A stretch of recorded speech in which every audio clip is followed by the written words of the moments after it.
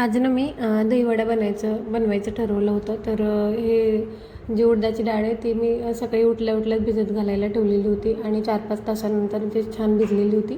त्याच्यानंतर मग ही डाळ मी मिक्सरमधून छानशी काढून घेतली आणि त्याच्यानंतर हे छानसं बॅटर तयार झालेलं आहे.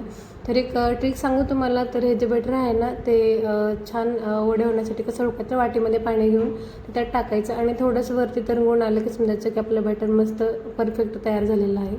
त्याच्यानंतर हे असे वडे छान तळून घेतले. होता महिला दिन काल, मग काय आपल्या आवडीचं कोणी करो ना करो, आपल्या आवड आपण स्वतः जपायची.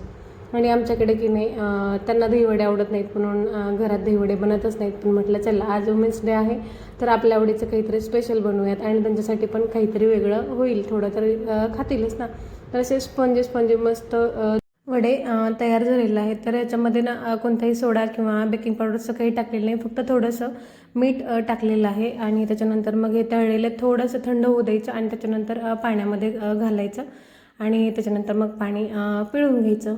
त्याच्यानंतर मग मी घेतलं थोडंसं दह्यामध्ये टाकली साखर आणि ते एक छान मिक्स होण्यासाठी एकदा एक मिक्सरमधून फिरवून घेतलं आणि त्याच्यानंतर ते दहीवड्यावर घातलं आणि त्याच्यानंतर लाल तिखट जे आहे ते थोडंसं भुरभुरून घेतलं. तर अशा प्रकारे दहीवडा छान तयार झाला आणि मी खाऊन सुद्धा घेतला. चला